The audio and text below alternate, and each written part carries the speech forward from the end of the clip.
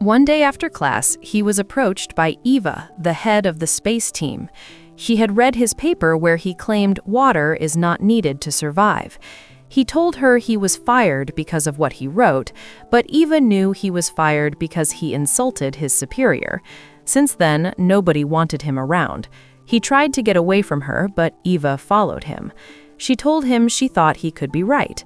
Riley agreed to go with them after they confirmed that the sun was dying. In a lab, Riley ran some tests on the sample they got from the sun, while some world leaders watched. The cells could move, but that didn't mean they were alive. It was so dark it was impossible to look inside them. Riley kept trying to decode it. After many tests, he lit them up, then confirmed they were little alien cells. This test killed the cell, but after more tests, he discovered the cells were made of water, which meant his theory was wrong.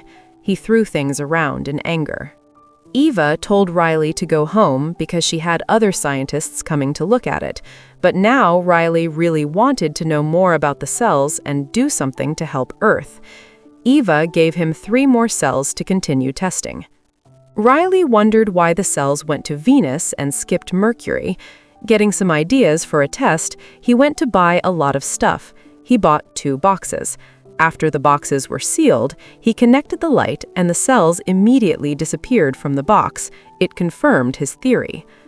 To get the cells back, Riley locked himself in the lab, turned off all the lights, then found the cells again thanks to their glowing light. Riley also found a 4th one. After putting them in the box, Riley called Eva with the big news. Eva sent the military to pick up Riley with a jet. He panicked so much that he tried to take a sleeping pill. He threw up after getting off the jet. Eva immediately introduced him to the world's top scientists. Riley tried to answer the questions as best as he could. Riley was granted access to every secret. It turned out that Earth's sun wasn't the only dying star, but the only one that had not been affected was 11.9 light-years away from Earth. They didn't know why it was immune, so their plan was to send a spacecraft to find out. They needed a lot of fuel for that. It was a one-way trip. All the results would be sent back in a probe, but the astronauts and the spacecraft would die in space. They only needed 3 astronauts, a pilot, an engineer, and a scientist. Riley was with the team at a bar, but he felt uncomfortable, so he left. When he saw Eva, he told her it was strange to see everyone so happy, considering they were flying to their deaths. Eva took him back to the bar and performed a song there. Eva and Riley were having a chat when all of a sudden the lab blew up behind them. The scientists and their backups were killed, and they had no replacement. So Eva asked Riley to go. Eva pointed out that Riley had no one in his life, not even friends or a pet. After 3 hours, Riley told Eva that he was not going. Eva explained how important the mission was for the greater good before calling her men. Riley tried to run away, but the guards caught up to him and injected him. He was put on the ship by force. On the spacecraft, an AI machine opened the sleeping unit to awaken Riley from a medically induced coma. The ship AI, Mary, asked him some questions to check his state of mind. He was terrified. He got off the table and ran away from the machine. He made his way through the ship in search of other people. When he found another person, he was horrified to find out they were dead. He kept wandering the ship, wondering where he was. He found a window and discovered he was in space. He realized he could remember the different machines in the spacecraft. He found a big screen that played beautiful places on Earth. After he found clean clothes, Mary asked him to fill out a daily diary, but he asked for the captain of the spacecraft. Mary told him he was the only survivor of the crew. He asked the AI to take him back, but the AI didn't recognize that command. He wanted to send a message to Earth, but Mary informed him the message would take 12 years to arrive. He checked on the fuel and realized it was low. Using all the information on the screen, he did the math and realized he was 113.8 years from Earth. Suddenly, he had a headache from the coma he had just awakened from. Riley shaved his mustache and checked the supplies, where he found vodka. He got drunk and ate some snacks. When he looked at the crew's belongings, he remembered them. He used some of their clothes to make dolls and danced with them, pretending he wasn't lonely. He tried not to remember who he was. Riley dressed properly, checked on his friends, and grieved for them. After cleaning their bodies, he put their photos in their pockets and gave a speech to thank them for their sacrifice. As he cried, he promised to do his best for the mission and injected their bodies into space. Later, Mary informed Riley that they were getting closer. The spacecraft engines were turned off. The spacecraft entered Tau Ceti orbit. The ship lost all gravity, so Riley floated around. When he stopped, he looked around and found another spaceship flying close by. When the spaceship got closer, Riley flew away. However, the other spaceship kept coming closer again. Riley kept flying away, but no matter where he went, the spaceship kept following him. It sent an object to Riley's spaceship, but Riley ignored it and the object bounced off Riley's ship. It sent another, so Riley decided to go out into space to get it. After putting on the spacesuit, he read the manual. Riley left the ship to grab the object. Riley tried to open the object but didn't know how. He remembered the central fuse system they created for their ship. He activated it and the ship started spinning. After some minutes, the ship stabilized and he had gravity again. He twisted the top and managed to open it, only for Mary to tell him there was a foreign presence in the atmosphere of the room. Riley put the object in the glove box. Riley found a strange object inside. The object looked like a map of space. Riley noticed the alien was trying to tell him where it came from. He rearranged it to mark Earth's location and sent it back to the alien spaceship. Later, the alien sent a new object that looked like a tunnel. Getting the idea, Riley moved his ship closer. The alien spaceship connected both ships. Riley crossed through and looked through a window. He saw an alien that looked like a rock. The alien showed him what he built. Riley went back. The alien made the ship rotate. When the tunnel was connected again, Riley opened the door and was hit by tremendous pressure. Gravity returned to the tunnel. Riley put up lights in the tunnel. He showed the alien what he made. The alien came closer. When Riley said hi, the alien made a funny sound. Riley was scared and even carried something to protect himself. The alien stepped away in fear, so Riley apologized. When he moved his hand, the alien imitated him, so they both started doing a lot of silly poses. The alien pointed to the message he left for him. The alien asked him to take off his helmet. Riley refused. The lights started to fail, so Riley went back.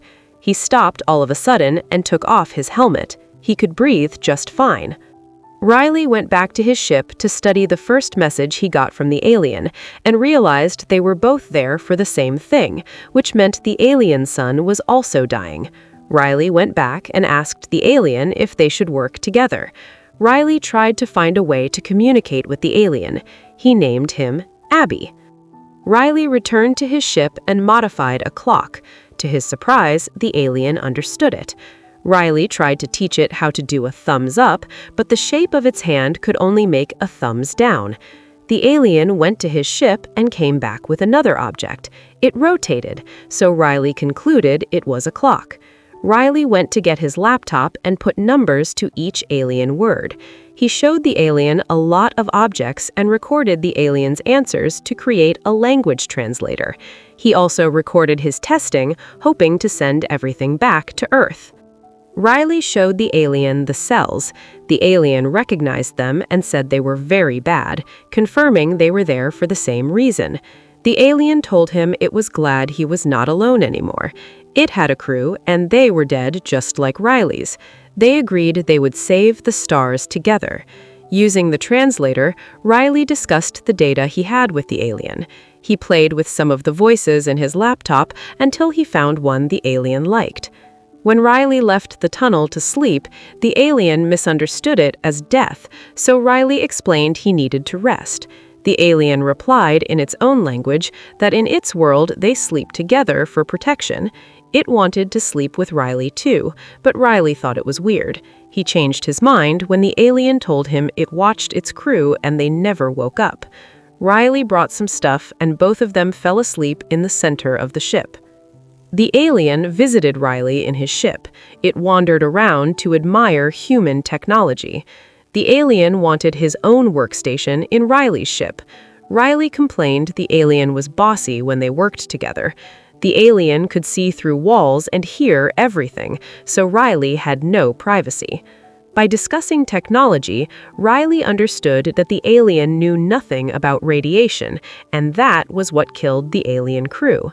The alien survived because its workstation was close to the afterfade, which protected it. They needed afterfade samples. Riley disconnected from the alien ship and headed to the nearest planet. The ship made it to the planet. They were amazed by the colors of the planet. He went on a spacewalk and used a machine that attracted many afterfade samples. They both named the planet Adrian. The samples were taken back to the ship. They ran some tests.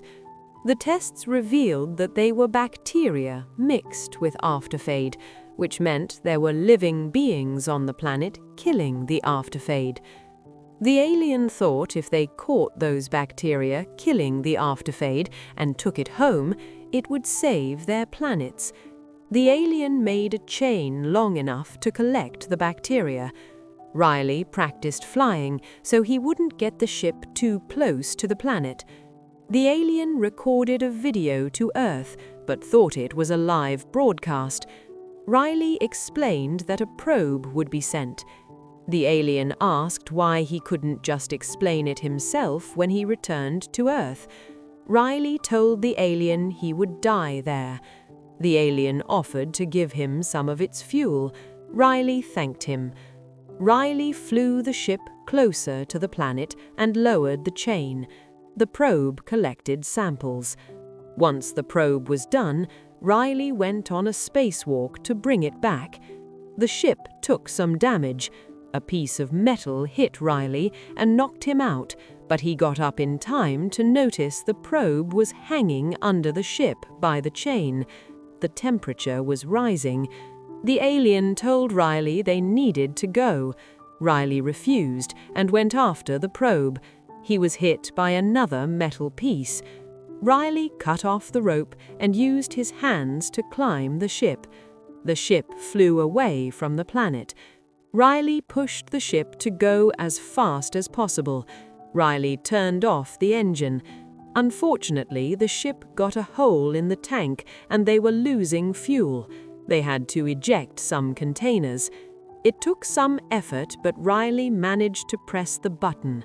As soon as those 2 containers were gone, the ship flew normally again, but it knocked them out.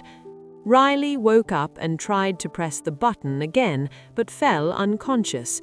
The alien tried to talk to him, but he could not hear. The alien came out from its box and pressed the button. The ship became slower, but being out of the bubble was hurting the alien.